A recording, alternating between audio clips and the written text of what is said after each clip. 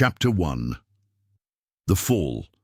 The rain hammered against the windows of our suburban Denver home as I sat at the kitchen table, staring at the pink slip in my trembling hands. March 15th, 2019, a date that would forever be etched in my memory as the day my world collapsed. Teknova Systems had just laid off half their workforce, and after 8 years of dedicated service, I was among the casualties. "Michael, we need to talk." Sarah's voice cut through the silence like a blade. She stood in the doorway, her arms crossed, her once warm brown eyes now cold and calculating.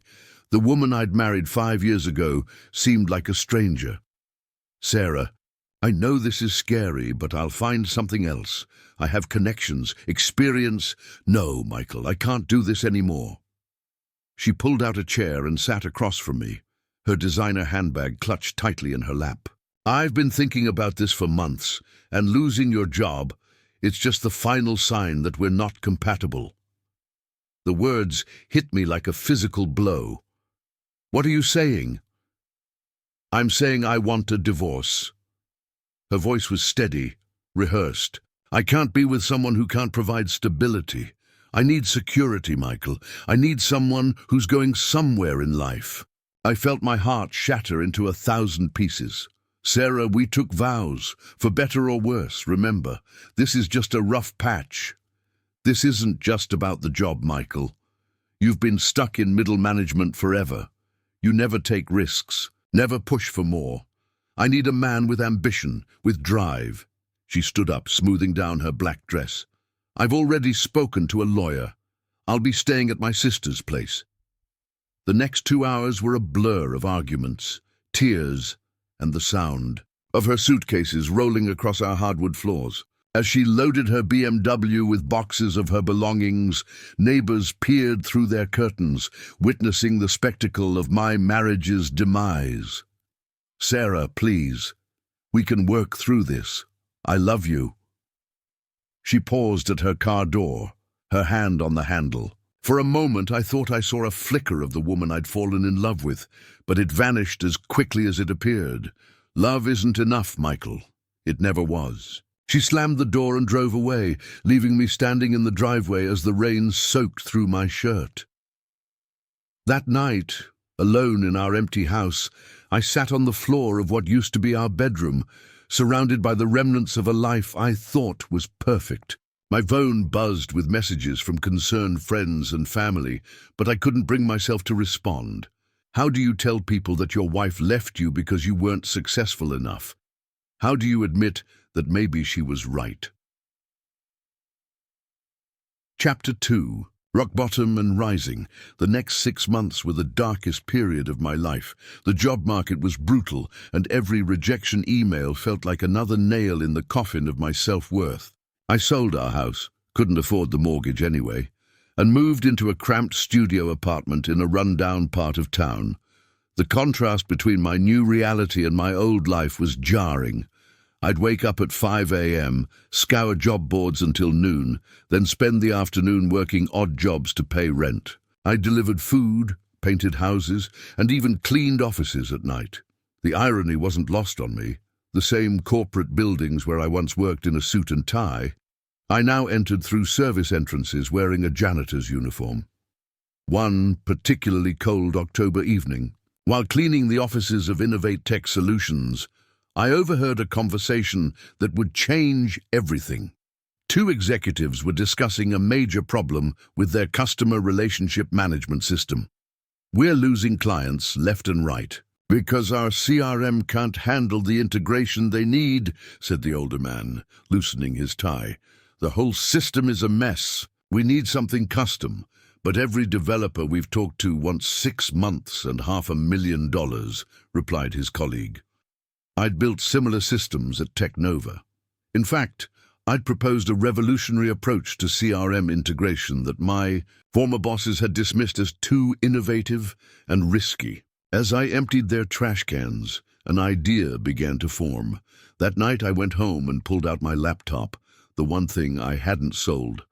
I started coding, drawing on years of experience and the innovative ideas that had been rejected at my previous job.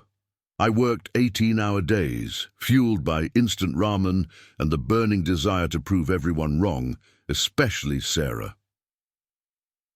3 weeks later, I had a prototype. It wasn't just a CRM system. It was a comprehensive business intelligence platform that could integrate with any existing software and provide real-time analytics that businesses desperately needed. The next Friday, after my cleaning shift, I left a USB drive and a handwritten note on the desk of the CEO I'd overheard, James Morrison. "Mr. Morrison, I've developed a solution to your CRM problem. I know this is unconventional, but I believe this system could revolutionize how your company manages client relationships. I'm the janitor who cleans your office, Michael Rivers. My number is below. Please give me 5 minutes of your time." Chapter 3. The climb Monday morning, my phone rang at 7 a.m. "Is this Michael Rivers, the janitor?" The voice was professional, but curious. "Yes, sir, this is Michael. This is James Morrison, CEO of Innovate Tech. I spent the weekend reviewing your software." "Where the hell did you learn to code like this?" My heart raced. "I have 8 years of experience in software development, sir. I used to work for Technova Systems before they downsized. Can you be in my office at 10 a.m. and don't bring your mop?" That meeting changed everything. James was a visionary who recognized talent regardless of how it was packaged. After a 2-hour demonstration of my platform, he made me an offer I couldn't refuse, a 50-50 partnership to develop and market my CRM solution.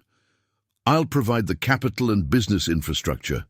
You provide the technical expertise and innovation." "We split everything down the middle," he said, extending his hand.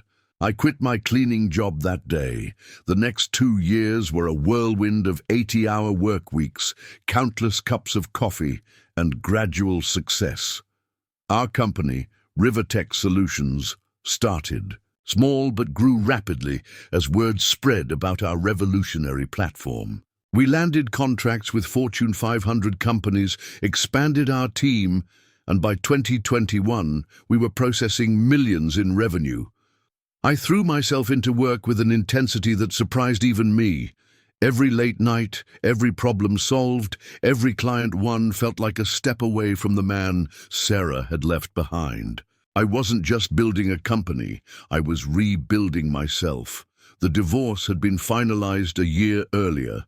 Sarah got half of what little I had at the time, essentially nothing.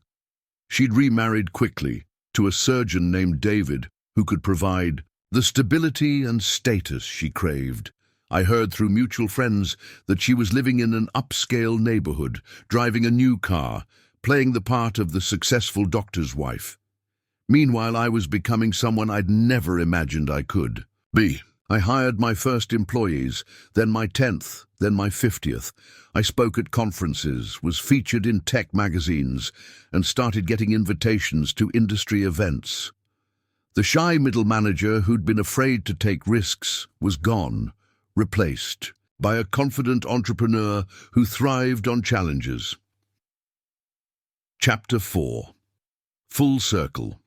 By December 2022, Rivertech Solutions had grown into a company worth $50 million, with over 200 employees across 3 offices. I was 34 years old and the CEO of one of Denver's fastest-growing tech companies. We just signed a contract with a major cleaning service company to manage their operations. Supreme Cleaning Services. I was reviewing quarterly reports in my corner office, floor-to-ceiling windows, overlooking the Denver skyline, when my assistant knocked on the door. "Mr. Rivers, the new cleaning crew is here for orientation. HR said you wanted to personally approve all new contractor relationships." "Send them in, please." I was focused on my computer screen when I heard a sharp intake of breath. I looked up, and there she was. Sarah stood in the doorway, wearing a Supreme Cleaning Services uniform, her face pale with shock. Behind her were 2 other cleaners, but I only had eyes for my ex-wife. "Hello, Sarah." She opened her mouth, closed it, then tried again. Michael? I didn't know. They just told us we had a new client. The other cleaners looked confused, sensing the tension, but not understanding it. I dismissed them with a polite smile and gestured for Sarah to sit down. She remained standing, gripping her cleaning supply cart like a lifeline. "How are you?" I asked, keeping my voice professional but not unkind. "I'm fine. Good. This is just temporary, you know. David and I are going through a rough patch, and I needed some income while we sort things out." Her words came out in a rush, defensive and desperate. I nodded, studying the woman who had once been my entire world. She looked older, tired. The designer clothes and perfect makeup were gone, replaced by a practical uniform and worry lines around her eyes. "I'm sorry to hear about your troubles, Sarah. Marriage can be challenging." She flinched at the word marriage. "Michael, I know what you must think of me. Coming here like this. It's ironic, isn't it? Ironic isn't the word I'd use." I stood up and walked to the window, giving her a moment to compose herself.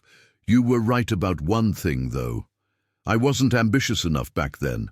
I was comfortable in mediocrity. I never meant—" "You did mean it, Sarah, and you weren't wrong." I turned back to face her. "Losing you was the worst thing that ever happened to me. It was also the best thing that ever happened to me." Tears began to form in her eyes. "Michael, I made a mistake.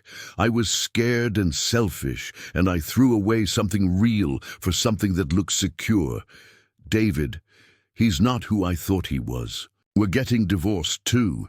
The old Michael might have felt satisfaction at this moment, might have gloated or felt vindicated, but the man I'd become felt only sadness for the time we'd both lost. "I'm sorry, Sarah. I truly am. Divorce is painful, no matter the circumstances. Could we maybe talk sometime outside of work? I know I don't deserve it, but—" "Sarah," I interrupted gently, "I forgave you a long time ago. I had to, for my own peace. But that chapter of our lives is closed. We're different people now." She nodded, wiping her eyes with the back of her hand. "You became everything I said you couldn't be." "No, I became everything I was capable of being. I just needed the right motivation to find it." Over the following months, Sarah worked as part of the cleaning crew for our offices.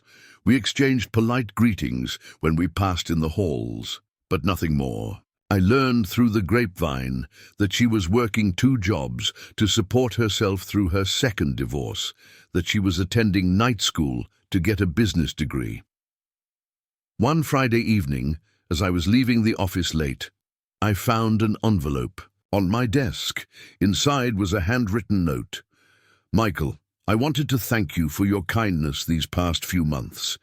You could have made this situation much more difficult for me, but you didn't. You've shown me more grace than I showed you, and I won't forget that. I'm moving to Portland next month to start fresh. I wanted you to know that seeing who you've become has inspired me to become better too. I hope you find happiness with someone who appreciates the incredible man you are."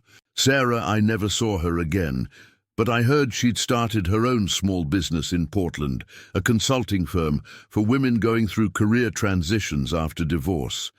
Life, it seemed, had taught her the same lessons it had taught me, just through a different path. As I sat in my office that night, looking out at the city lights, I reflected on the journey that had brought me here. The pain of rejection had forged me into someone stronger. The humiliation of starting over had taught me resilience. The loneliness had shown me my own worth.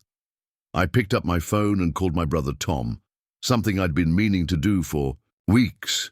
"Hey, it's Michael.